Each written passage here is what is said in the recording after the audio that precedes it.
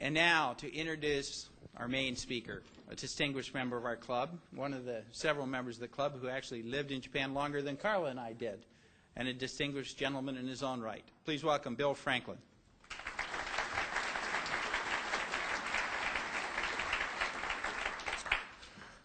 Politics and government has always been an avocation of mine, so when I moved to Japan 30-some years ago, I became an amateur student of Japanese politics, and I still am. I got to know quite a few Japanese leaders, but maybe one of the most interesting that I met is our speaker today, Mr. Taro Kono. Taro's father, Yohei, was foreign minister and now serves as Speaker of the House. Grandfather Ichiro was a leader in the Diet.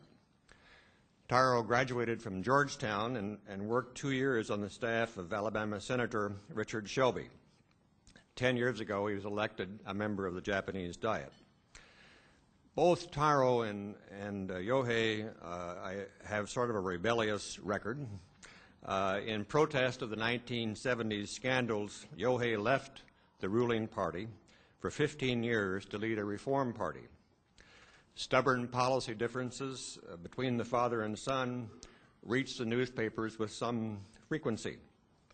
Asahi newspaper once called them two men with bullheaded reputations. When Yohei was seriously ill with hepatitis C, Taro insisted on donating part of his liver for transplant to his father. And the surgery was successful, and after which Yohei said to his colleagues, "Just think about it. With Taro's liver, I may become even more stubborn." Taro is so outspoken, I was never really sure whether he would go up or go out. But in the 2005 national election, he was the second highest vote getter in all of Japan, second only to a very popular Prime Minister Koizumi. Perhaps 21st century Japanese value leaders who say what they think and mean what they say. At age 43, he is a declared candidate for the next Prime Minister and has the potential to be one of Japan's most important leaders. I respect his straight talk and his good purpose. I think it is best when good friends are candid and direct with each other, and I hope he will be that way with us today. Please welcome the Honorable Taro Kono.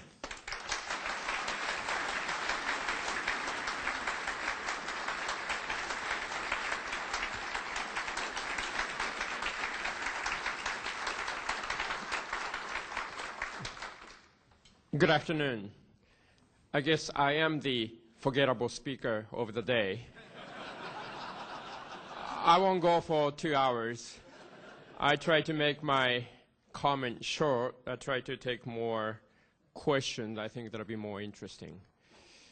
I'm very excited and impressed because 2 years ago, the Fortune magazine invited me to Aspen to attend the conference organized by the magazine called the Brainstorm. They had a session on Japan, and I was to be one of the panelists.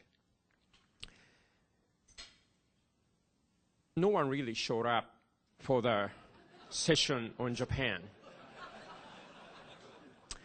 China and India draw hundreds of people coming to their session, but I think the people are not interested in Japan 2 years ago because our economy was so bad. Now the economy of Japan has come back. A lot of companies making highest profit ever.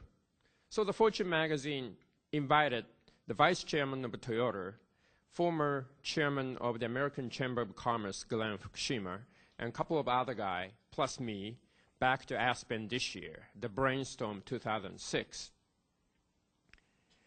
We had more panelists than the audience this time.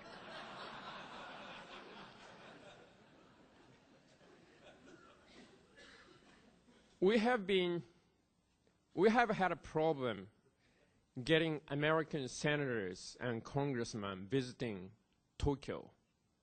couple of years ago, more American congressmen visited Pyongyang than Tokyo. We finally got a couple of congressmen coming to Japan this year, and we are so excited. But first thing they said in a meeting, so what do you think of China? Big disappointment. Japan is changing right now, if you didn't notice. Our economy is still twice as big of that of China. And the Prime Minister Koizumi, who is stepping down this September, led Japan for the last 5 years. Basically, what he has done is to transform Japan from communist economy into the market economy. The Japanese economy, well, we have Toyota or Sony or Canon or some others like Nintendo. But we have very small number of industry and company who are internationally competitive. A lot of our economy is not as good.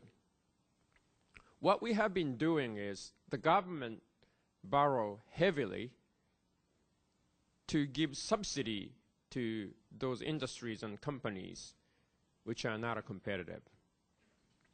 The bureaucrats have made a lot of regulations so that not so competitive company could survive. We cannot keep on doing that because our deficit is much bigger than our GDP, and we just can't borrow more. And if we are not competitive, well, we could afford to be not so competitive back in 80s because there was no China. But today, there's a China next to us, even Korea next to us. If our industry loses competitiveness, the China can just replace us. So we have to transform our economy. And that's exactly what the Prime Minister has done. Get rid of Marx McCarthyism and replace that with market economy. And we have been fairly successful. But now he is stepping down.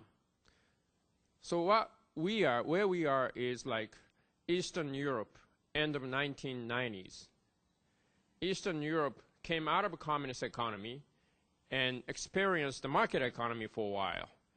And they realized it's very hard to live in a market economy. So a lot of people voted back to the Communist Party.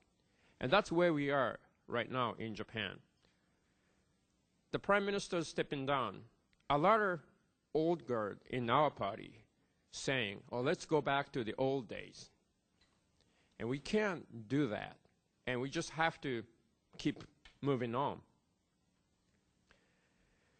Right now, Chief Cabinet Secretary Mr. Abe, who is 51, is the favorite to succeed Prime Minister.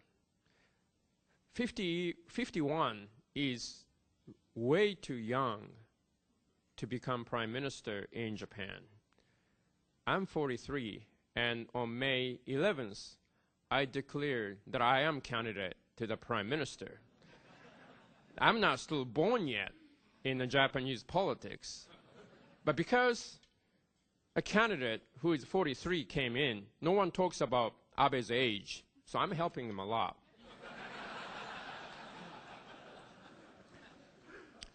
Now, Abe is leading the pack. The second place is Mr. Aso, the foreign minister.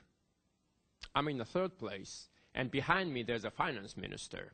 I haven't had a cabinet position, but I'm running in the third place, meaning people are slightly changing in Japan too. I was going to talk about a different topic, but because I'm so excited to speak in front of so many American audience, if I may, I could slightly change my subject.